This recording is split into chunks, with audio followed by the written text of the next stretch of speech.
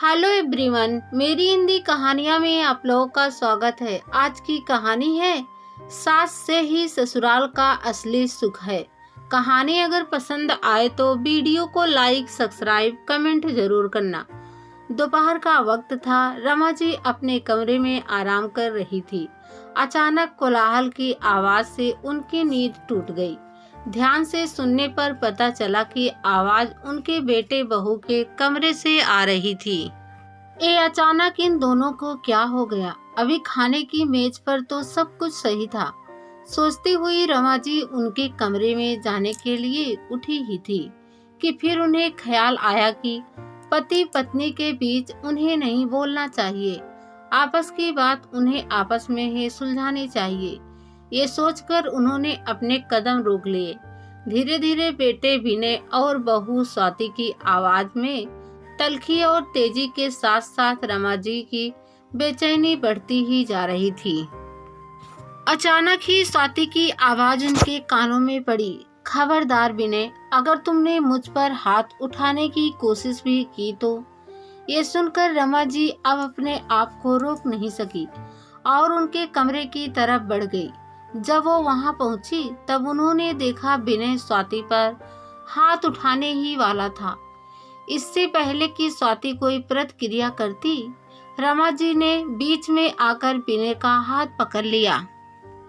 इससे पहले कि विनय और स्वाति कुछ समझ पाते, रमा जी के हाथों विनय के गाल पर एक जोरदार थप्पड़ पड़ चुका था।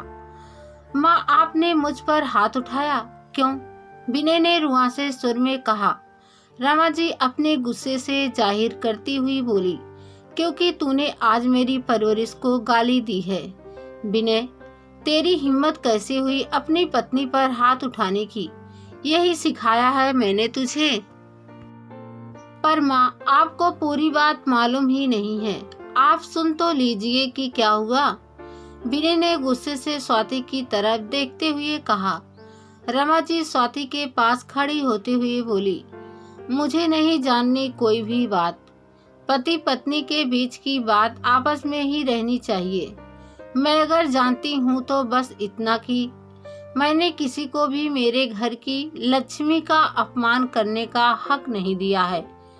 कोई भी बात, कोई भी समस्या चाहे कितनी ही गंभीर हो, चाहे एक ही बात दूसरों को कितनी भी गलत लगे, फिर भी उसे सुलझाने का, गलत फहमियों को दूर करने का एक सही तरीका होता है। साथ बैठकर शांति से बात करो। दूसरे के मन में क्या है उसे जानने की कोशिश करो। समझो, एक क्या कि तुरंत हाथ उठा दिया, ना समझो की तरह एक दूसरे को आशब्द कहने लगे। ये मत भूलो कि जिसका हाथ पकड़कर तुम इस घर में लाए हो, उसके सम्मान की रक्षा करना तुम्हारा कर्तव्य है, ना कि इस तरह उसका अपमान करना। अब तक चुपचाप खड़ी स्वाति रमा जी की ये बात सुनकर उनके गले से लग गई और बोली, माँ, आप कितनी अच्छी है। मैं तो सोच रही थी कि सभी माँओं की तरह आप भी बिना कुछ समझे जाने अपने बेटे का ही पक्ष लेंगी। मैं किसी का पक्ष नहीं ले रही बेटी, मैं बस सही के पक्ष में हूँ। अगर तुम मेरे सामने गलत करोगी तो मैं तुम्हें भी डांटूंगी। मुझे फेमिनीज की बड़ी बड़ी बातें करना नहीं आता।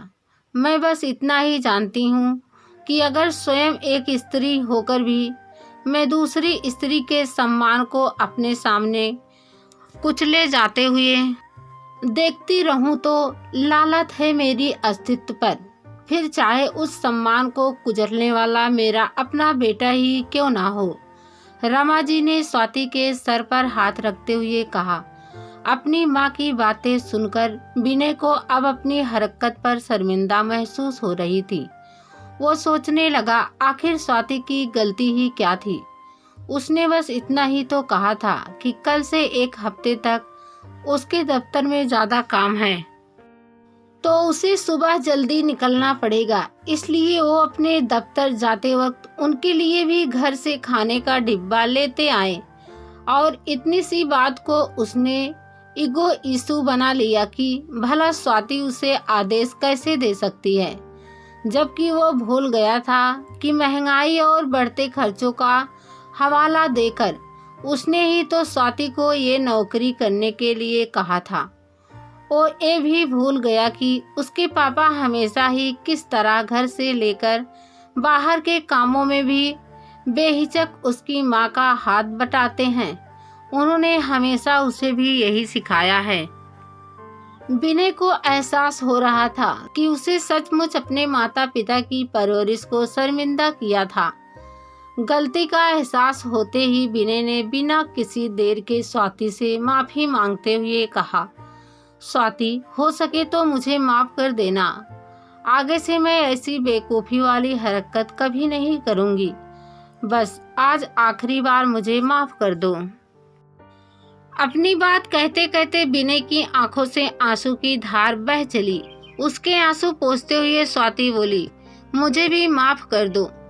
मैंने भी गुस्से में तुमसे ना जाने क्या कुछ कह दिया। अपने बेटे बहू के बीच सब कुछ ठीक देखकर रमा जी अपने कमरे की तरफ जा ही रही थी कि स्वाति ने उनका हाथ थाम लिया और बोली, माँ, आप जैसी सास और माँ हो तो कभी किसी बहू बेटी के साथ कुछ गलत नहीं हो सकता। आज मुझे एहसास हुआ है कि सास से ही ससुराल का असली सुख है।